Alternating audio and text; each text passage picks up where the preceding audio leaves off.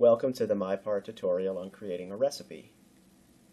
Hopefully you've had a chance to review the introduction to Mipar on the site and get acquainted with different aspects of Mipar's layout. This tutorial will take place in the image processor and will focus on creating a recipe or a sequence of image processing steps to segment features of interest from an image. So to get started, we will click on Image Processor and launch that. Now let's open the image that we'll be working on. So this is a SEM scanning electron microscope image of a two-phase microstructure from a nickel-based superalloy. So we have one crystalline phase called gamma, that's the background, and we have these precipitates of gamma prime, another phase. And these precipitates exist in two different modes, or two different population of sizes.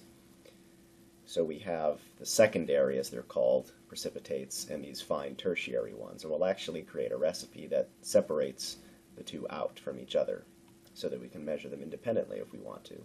So it's not really important that you understand what a phase is if you're not in material science. We simply have precipitates, we have features in this image that we want to extract and separate from the background.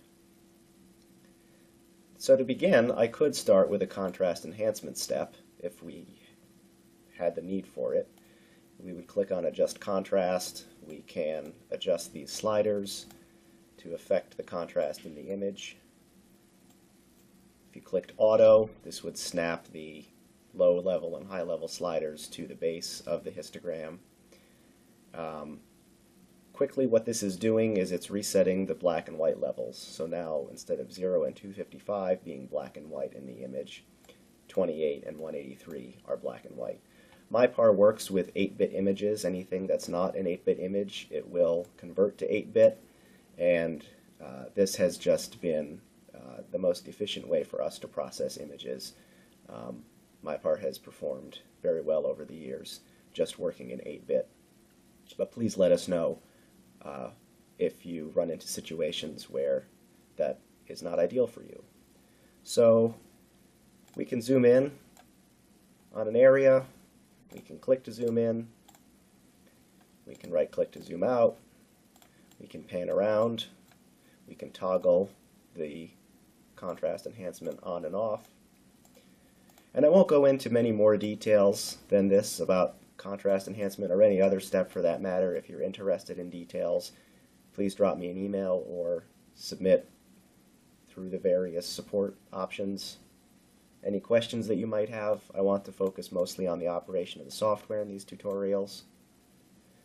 So once you're happy with the parameters, if you need a contrast enhancement step, in this case, I should also mention that if you do have auto selected, these limits are not fixed. They would be recalculated for every image that this recipe was applied to, whereas manual is a set of limits that will always be there whenever this recipe is run. So let's hit accept. You see that step gets added to the recipe.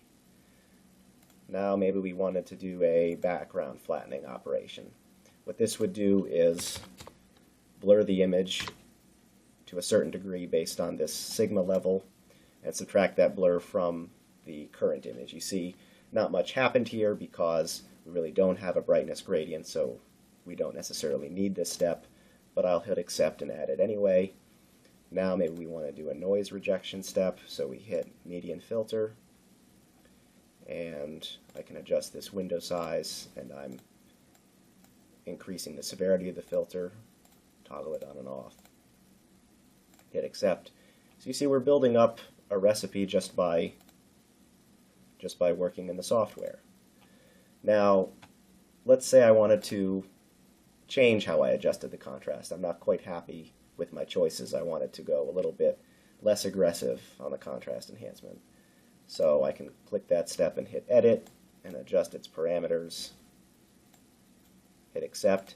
And now that change would propagate through since the subsequent steps get reperformed automatically. If I double click on any step, I see the result of that step.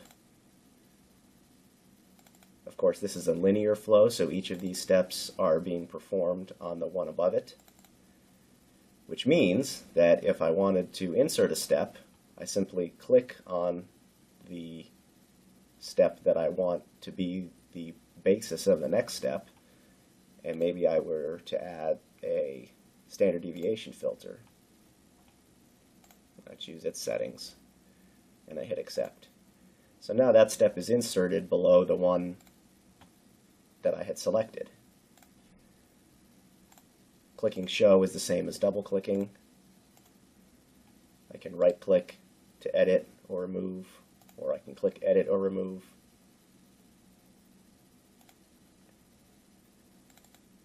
Now, if the top step is selected and it's not the only one in the recipe, and I go to maybe insert another step, like, well, I'll pick standard deviation filter again, I get asked, do you want to put this step above what you have selected or below? And this is to allow you to put a step above the first one in the recipe. So if I hit above, now I'm working on the original image. I'll click cancel. So it turns out I don't need any of these steps really to segment the features of interest. I just wanted to show the basics of working with a recipe. So I'm going to remove all of these and go back to the original image. I'll talk more about some of these elements as we continue on. So the first step that I will actually add to the recipe will be a global value threshold step. This is your most basic of threshold steps. Here you're simply picking a critical pixel to define a boundary between what is made black and what is made white. And this is a good time to drive home the point that in Mipar, pixels that belong to features that you care about are black. That's the convention. Features are black. So the goal is to select all the pixels that belong to the feature of interest or the features of interest as black and have the background and all other pixels be white. And I think you'll be surprised through using Mipar how this simple idea can lead to some pretty advanced results. And hopefully you'll see examples of that in this tutorial and others to come. What I'm doing here is I'm just toggling on and off the threshold step to see how we did. And I'm already seeing that I don't think a global threshold is what I want to go with, and I'll tell you why. You see that this feature is pretty nicely selected with a threshold of 111, but I also want this fuzzier feature included. So because I have a strong inconsistency and contrast between what I'll call foreground objects, or these features of interest in the background, a basic global threshold is not going to do it for me, because if I increase the threshold value to try to include that other feature, this one, now I've dramatically over-segmented the other features. And this is a common problem with global thresholding. So instead, I'm going to go for the adaptive threshold. That's one of my most commonly used tools. So the adaptive threshold looks at every pixel one at a time, and it looks at a certain window around it. In this case, a 30 by 30 pixel window. So if this, let's say this pixel here, and we're looking at a 30 by 30 window around it, to give you an idea of what 30 pixels is, I'll use my distance line here. That's about 30 pixels.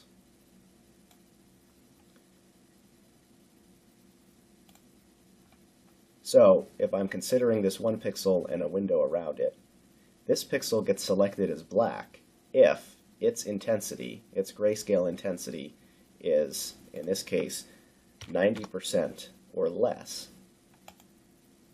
than the average intensity, since we have mean selected, in its 30 by 30 pixel window. If its intensity is 90% or is more than 90%, then it would be made white. So if we zoom out here and adjust this percentage value, you'll see the higher we make that percentage, the larger a percentage of a pixel's neighborhood that pixel has to be before it's made white. So you're going to increase the fraction of black pixels. Now you can see that we have a range of parameters to consider, or a range of values for even just one parameter, and we can play with the window size and affect the outcome as well.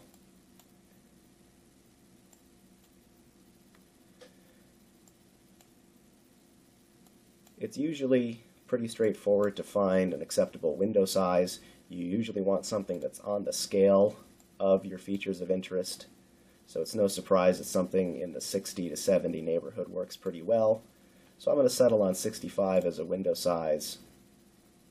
And I can play with this percentage a little bit. What I'm interested in here are the larger features. So I think I'll go with something around 98, 99. Now in future tutorials I will talk about the optimization tool that lets the computer automatically choose the parameter of interest. This can be an important thing for allowing flexibility in a recipe. But these are the two parameters you're playing with, your window size and your percentage in this case. If we went with departure, you'd be analyzing every pixel's difference from its local mean instead of the percentage of it. And you can see that as I go down in window size, these pixels in the center of these features get ignored when in fact I want them included. So if I go up in window size, they get filled in.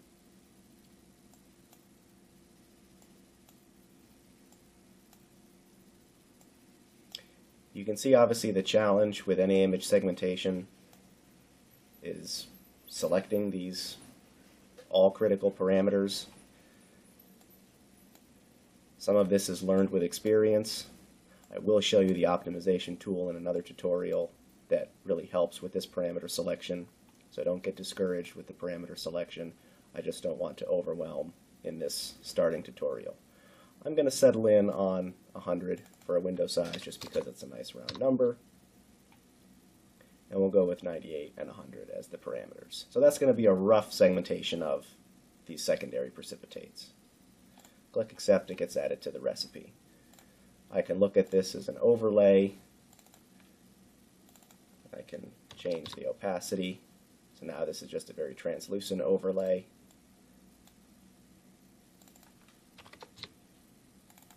And I'm sorry to be spending so much time on this one step. I just wanted to let you settle into Mipar's style, and we'll go more quickly through the remaining steps. Okay, so we're looking at an overlay there. Here's an outline of the features that have been selected black on the original. Labels allows us to look at a unique colorization of all the separate features here.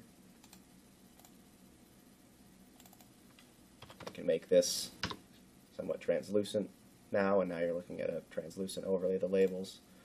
All sorts of ways to look at your segmentation. So there we have our rough segmentation. What we're going to do now is just erode everything slightly a little. I want to go quicker through these next steps, so I'm not going to elaborate nearly as much on the rest of them now that I think we have a decent foundation. So with Euclidean distance map erosion, you get helpful hints as you select each of these steps displayed here in the integrated help box that was discussed a bit in the introduction. I'm just going to erode the features a little bit just to help break up these noise clusters. Now let's go ahead and reject some of these smaller features, since we're just going after the larger ones for now. So under cleanup we have reject features, and this allows you to reject features on the basis of any of these parameters, area being the most common. Let's say I just want to discover what the smallest, roughly, feature is that I want to keep in our attempt to segment these larger precipitates. So let me zoom into something like this and click on my measure tool. Now I can either double click on this feature or click and hit enter. Let's say I want to measure just this one feature, so I'll just click on it and hit enter. And now this is going to tell me that this feature is 379 pixels. So to be conservative, and I should mention also that the measurement tool's speed will be improved dramatically in the upcoming beta releases. It'll take a little bit longer also than typical right now, because we're screen recording and because there are a significant number of features, even these single pixel features. They're all over the place, and they do affect the performance of that measurement tool. But there should be dramatic acceleration coming to that tool shortly. And if you're watching this tutorial and the new version is already out, that's great. So 379, let's be conservative and just say everything under 200, we're going to reject features less than or equal to 200. And we can unpreview and toggle the preview on and off to see what we did. If we wanted to reject on the basis of any of these other parameters, pick that one, measure features that you think are on either side of your threshold of interest, find out what that threshold is, type it in, click perform, away we go. If the image was calibrated, we could use units of microns to determine area so that your recipe is somewhat insensitive to magnification differences, but we'll keep it simple for today and go with a rejection under 200. Oh, I hit update instead of accept. Okay, so we've updated. Hit accept, that step gets added to the recipe. Okay, so we're working towards selecting the larger features here. So what we can do now is dilate back our erosion that we did, but let's go a little bit past it. And this is just to help close up some abnormalities like this guy over here. So I'm going to, instead of redilating to 1, since we eroded by 1, I'm going to go to 3, help close up some of that a little bit. Hit accept. We'll go ahead and erode this down a little bit again. Let's erode it back by 2 now, so that overall we've just eroded by 1, dilated back by 3, and then eroded down by 2. And these are just operations that you learn to do through use of the software. Okay, see how we're doing here. Look at our outline.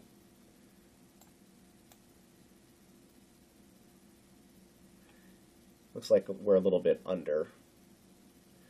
So again, we'll talk about optimization at another time when it avoids a lot of this subjectivity. For today, I'm just going to stick with a classical user-based approach. Let me edit this step here and back off. Let's just try an erosion of 1. You know what, I might remove the erosion altogether. Let's stay with that for now. We're on our way here. Let me now go ahead and smooth out these features a little bit. They're a little bit rough on the border. So under morphology, I have smooth features. I'm going to say use a window size. This relates to the strength of the smoothing. I could do 3. See what we're doing here. I could do 5. I like 5. This threshold gets automatically selected for the different window sizes and attempts to avoid dilating or eroding the features and just smoothing it, but you can also play with this threshold, and the higher it is, the more eroded the features get in addition to being smoothed, and the lower it is, the more dilated they get. So I'm just going to use the default setting here. Now we've smoothed out these boundaries a little bit. Let's go ahead now and switch back to black and white. And see, I've got some of these particles in here, these noise clusters that don't belong. So I need to remove, again, reject features, but now we're working with white features. And I know I said features are always black, except for convenience, the reject features dialog does let you target white features, so you don't have to invert and then reject and then invert back. So if I just hit my measurement tool and double click this guy, I find out he's 27 pixels. So I don't have any other white features in here that are in danger of unnecessarily being removed, so I'm just going to set 200 as the critical area for white features per form. He gets tossed away. And we can hit accept. Okay, we're building up a recipe here. Now, I've got some artificial joining of precipitates. I'd like this guy to be separated here.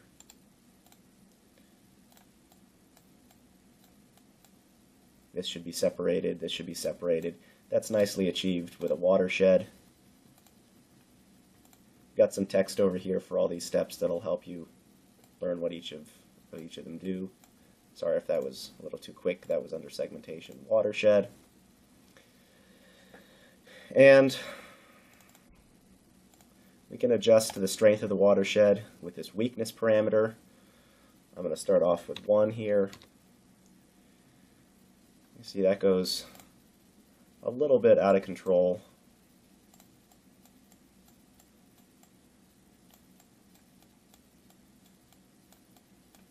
Well, actually that's not too bad.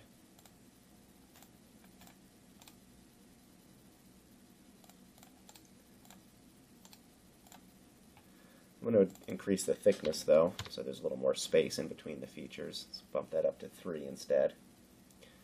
If I went 0.1, so a very unweak watershed, which is very strong, that's going to be separating features everywhere. So usually 1 to 3 does a decent job depending on the shape of your features. Add the watershed.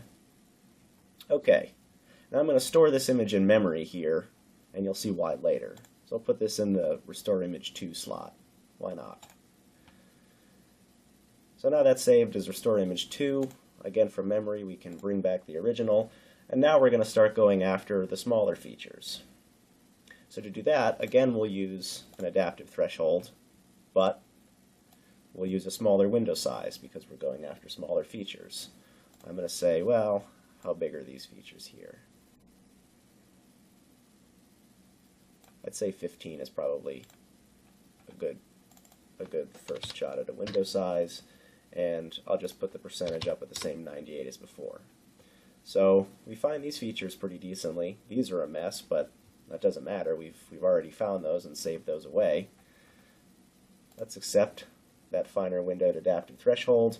We got to get rid of this noise somehow. So we'll use a classic erosion step. That does a pretty good job.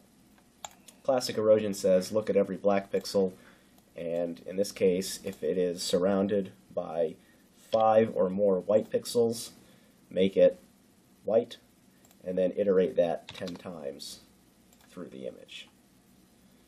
And there we go. So we've kept some of these larger clusters of black pixels, but removed the smaller noise bits. And again, you can play with these parameters to suit the needs of your microstructure. If you up the coefficient, that's meaning that more pixels around each black one need to be white in order for that pixel to be switched to white or be removed. So you're going to see a less aggressive noise clean here. And we could go with that and then maybe reject some of these bits that we know shouldn't be there with a reject features step instead of getting them all done at once here in the classic erosion. But for the sake of this demo, I'm just going to pick 5 and 10 and hit accept. So we've reasonably identified these smaller features, but we need to get rid of the larger features that we captured much better back in this earlier step here, right? We found those features, we kept them in memory, we brought back the original, we threshold with a fine windowed adaptive threshold to get the smaller features, we removed some of the noise, Now we need to subtract out all of these poorly found smaller features if we want one segmentation with the fine features and one segmentation only with the large features. Well, what we could do is simply set this image, current image, up as the companion, and the companion image is one that you use quite a bit. It is the other operator in an image operation between the current image and the companion. Let me show you what I mean.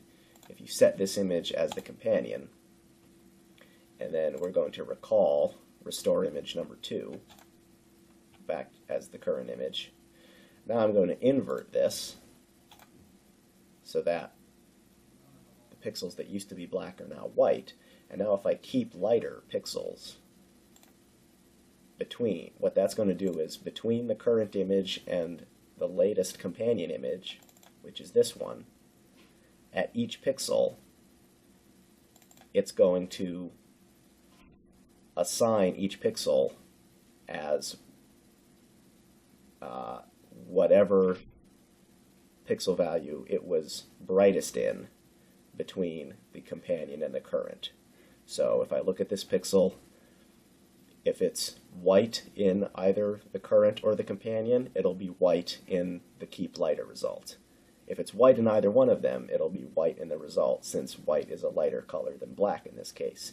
If it's black in both of them, then it would be black in the result. So it's really just a way of subtracting, but by having, it's my preferred method of subtraction. When you have your companion image with a set of black features, and your now current image also with a set of black features, if you invert, so now these pixels are white, and you do a keep lighter operation between the current and the companion, you will have effectively subtracted out these black features from these black features. So recall the original, invert, and keep lighter. The problem is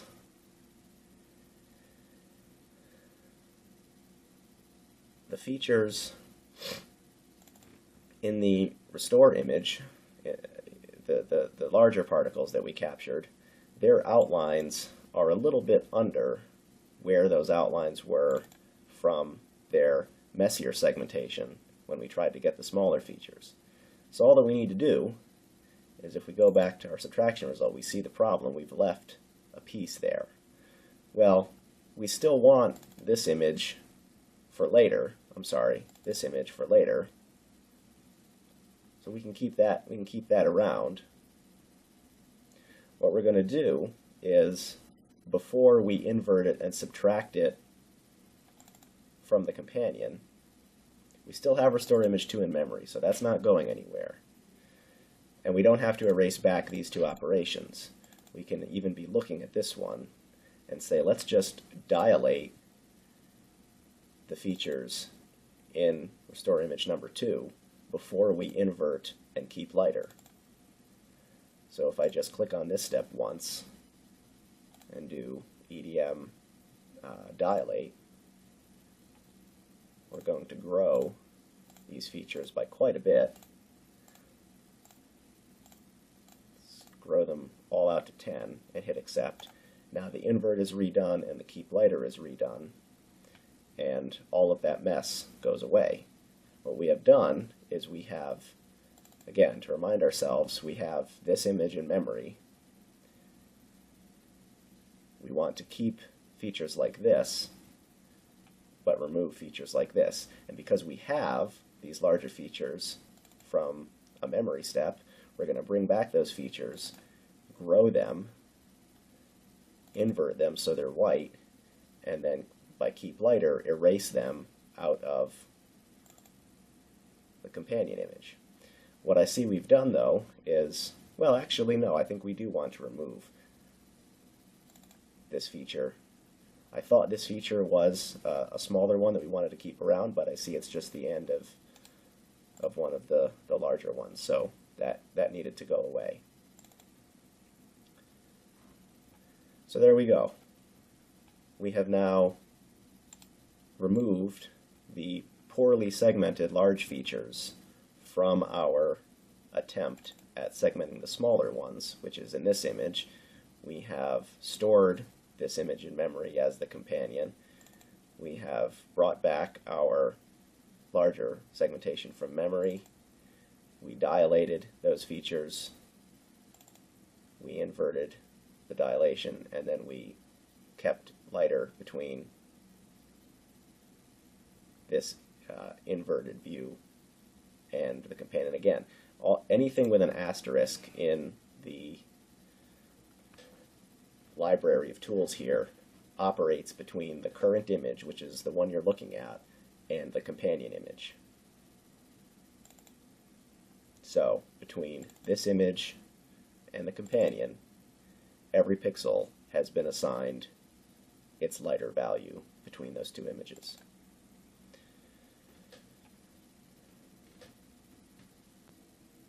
So we now have a segmentation of this image that just has captured the finer features. I can look at that in outline mode.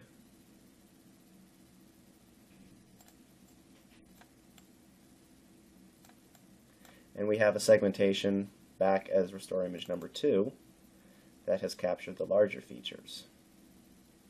If I wanted to add those two together as one segmentation, say to just measure the area fraction of all features, large or small, what I could do is go down to this state,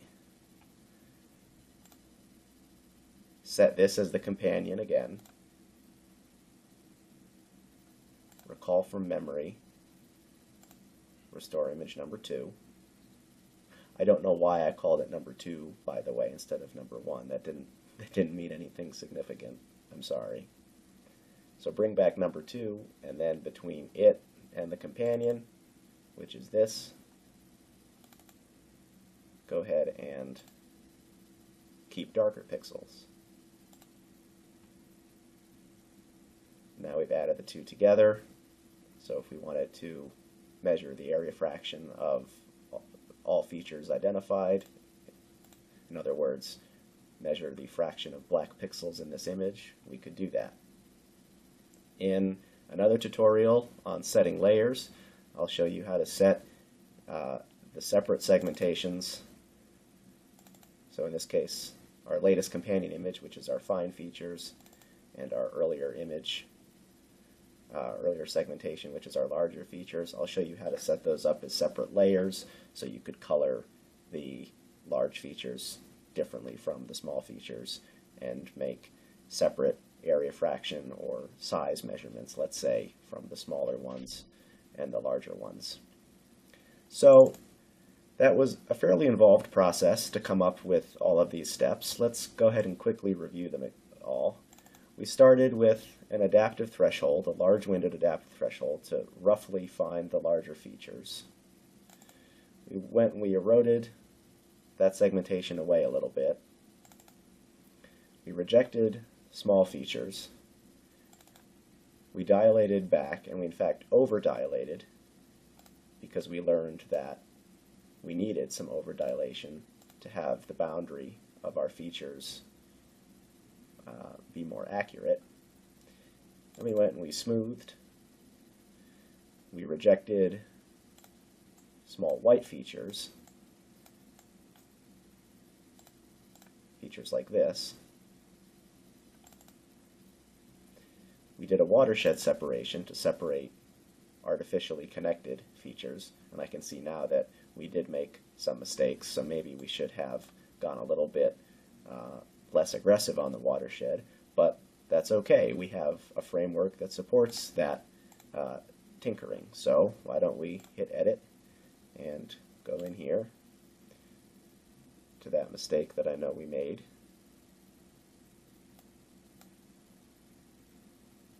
And let me increase the weakness to 1.5, make it weaker.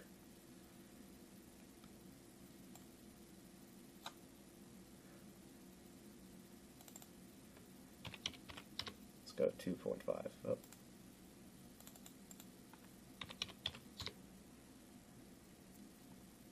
Okay. I'm not sure if this one should be separated or not. It's hard to tell. Sometimes there is a give and take with an algorithm like a Watershed where you might lose some accurately segmented features at the expense of minimizing mistakes. This is a fairly complicated set of precipitates where it's not even always obvious to us where the separations should be. But I can back off the weakness like this and hit accept, and now all of these steps are being redone, so that change propagates through. Okay, so we've adjusted that. We put this in memory. We brought back the original. We did a fine windowed adaptive threshold. We erased noise. Now we stored this in memory, and we brought back the segmentation of the larger features. We dilated these. We inverted them so they were white, and then we subtracted them out basically from our fine feature segmentation. So we went from this to this. And then we put this in memory so that we could bring back again our large feature segmentation and add the two together. So while that was a fairly involved recipe for a fairly complicated microstructure, we can save this recipe now as a file, and I'll just overwrite the file that I made previously.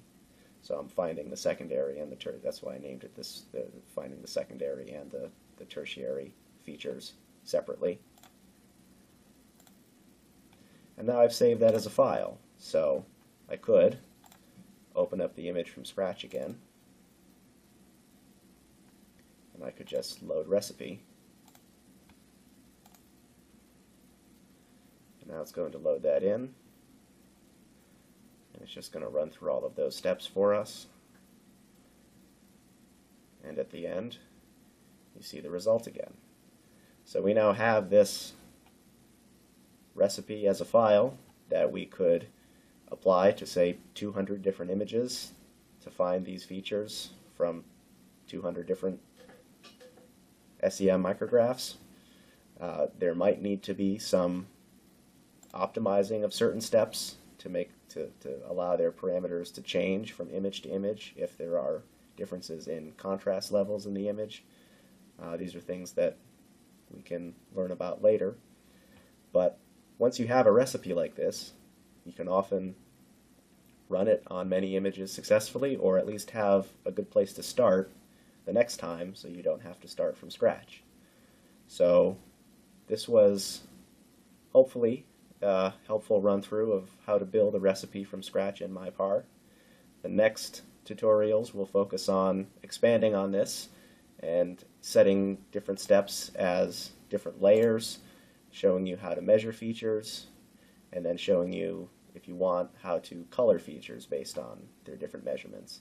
And we will, as I've promised a few times, add a tutorial about optimizing steps, so you can take some of the guesswork out of choosing the all-important process parameters. Thanks very much for tuning in, and I hope to see you in the next one.